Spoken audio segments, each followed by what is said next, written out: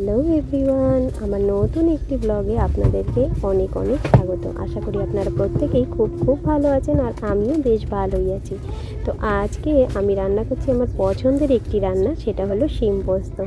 তো সকাল সকাল আজকে আমি ট্যাংরা মাছ করব, সেটা কিন্তু আমি কচু দিয়ে করছি। এই কচুটা আমার ননদ খুবই পছন্দ করে আমাদের জন্য পাঠিয়েছে। তো ভাবলাম আজকে ট্যাংরা মাছ দিই, আজকে এই কচু দিয়ে আর ট্যাংরা মাছ দিয়ে আজকে রান্নাটা করব। ট্যাংরা মাছগুলোকে লবণ জল দিয়ে ভালো করে ধুয়ে নিয়েছি। এখানে 2 টুকরো কচু, তার ভিতরে বেশিরভাগটাই আজকে আমি মাছে দেবো। তবে মাছে কিন্তু শুধু কচুই দেবো, আলু কিন্তু আমি একদমই দেবো না। তো প্রথমে আমি কচুগুলোকে হালকা একটু সেদ্ধ করে নিচ্ছি। তবে বাড়ির কচু জানি ভীষণ সুন্দর হবে। আগের দিন রান্না করার সময় তেলটা ফুরিয়ে গেছিলো প্রায়, তো আজকে আমি আগে তেলটা ভরে নিচ্ছি।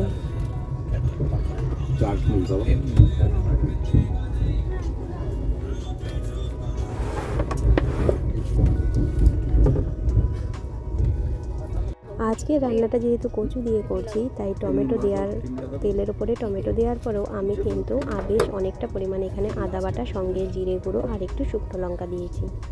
টমেটোটা ভালো করে নরম হয়ে যাওয়ার জন্য লবণ আর হলুদটা আমি এখনই এখানে দিয়ে দিলাম।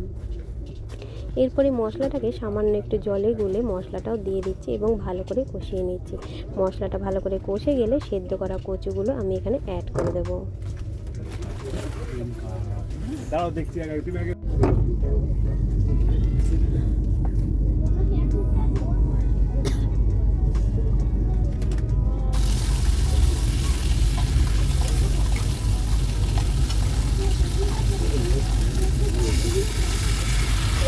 প্রথমে সামান্য একটু জল দিয়ে দিলাম এটাকে কষানোর জন্য।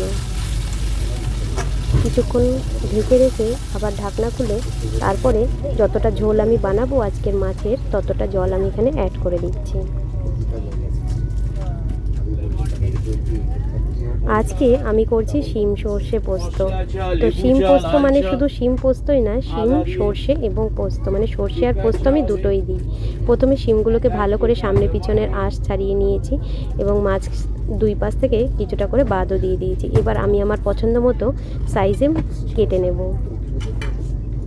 এইদিকে মাছগুলো ছেড়ে দিয়ে ঢাকা দিয়ে রেখেছিলাম, আর ওইদিকে আমি শিমগুলো আমার মতো যেভাবে আমার কাটার ইচ্ছা সেভাবে সুন্দর করে কেটে নিয়েছি। আজকের ভিডিওর ভয়েসটা আমি কাঞ্চনকন্যা এক্সপ্রেসে বসে দিচ্ছি। তো আজকে আমাদের ট্যুরের ছিল প্রথম দিন, তো ওর জন্যই যদি সাইড থেকে কিছুটা নয়েজ আসে তাহলে সেটার জন্য আমি আগেই ক্ষমা চেয়ে নিচ্ছি। এখানে আমার মাছের ঝোলটা হয়ে গেল। এবার আমি এর পরের রান্নাটা করব, সেটা হচ্ছে প্রথমে সর্ষে আর পোস্তটা আজকে আমি শিলনোড়াতেই সুন্দর করে বেটে নেব। সর্ষে পোস্ত কিছুটা বাটা হয়ে গেলে তারপরে যে আর যতটা লঙ্কা দেওয়া দরকার আমি কিন্তু লঙ্কাও এখানে বেটে নিয়েছি।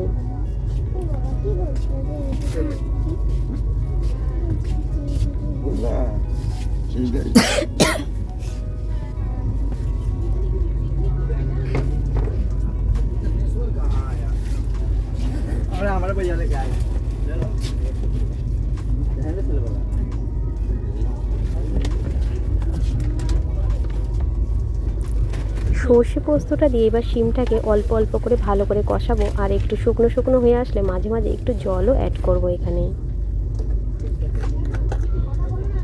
নামানোর আগে দিয়ে একটুখানি সর্ষের তেল দিলাম, আর চাইলে একটু মিষ্টিও অ্যাড করা যায়। আমি একটুখানি মিষ্টি দিয়েছি, এটা চাইলে দেওয়াও যায়, নাও দেওয়া যায়।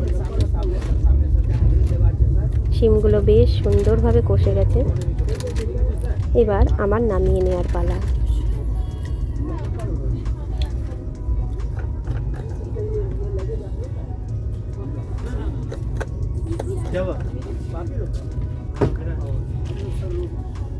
ভেবেছিলাম আজকে আমি ডাল করব না, কিন্তু ছোট মেয়ে ঘুম থেকে উঠে বায়না শুরু করেছে, মা তুমি আজকে ডাল কেন করো নি? তাই লাস্টে আমি কিন্তু ডাল ওর জন্য করেছি। গাঢ় গাঢ় করে একটু মসুর ডাল করেছি টমেটো দিয়ে। তো এখানে ছিল আর বেগুন ভাজা। তো বেগুনগুলোকে আমি সুন্দর করে গোল গোল করে কেটে নিয়ে অল্প তেলে আস্তে আস্তে ধিমি আঁচে ভেজে নিচ্ছি। আর পাশের উনানে আমি কিন্তু ডালটাও সেদ্ধ বসিয়ে দিয়েছি। তো আজকের ডালে সামান্য একটু জিরে আর কাঁচা লঙ্কা দিয়েছি, আর একটা গোটা টমেটোকে 4 ফালি করে ডালে দিয়ে দিয়েছি। তো স্নান করে দুপুরের মেনু তো আমার রেডি। দুপুরের মেনুতে গরম গরম ভাত, সঙ্গে শিম পোস্ত, এদিকে বেগুন ভাজা, এদিকে আছে ডাল সেদ্ধ, সঙ্গে রয়েছে কচু দিয়ে ট্যাংরা মাছের ঝোল। তো আজকের মেনু এখানেই কমপ্লিট হচ্ছে। দেখা হবে আবার কালকে নতুন একটি পর্বে। ততদিন পর্যন্ত ভালো থাকবেন, সুস্থ থাকবেন।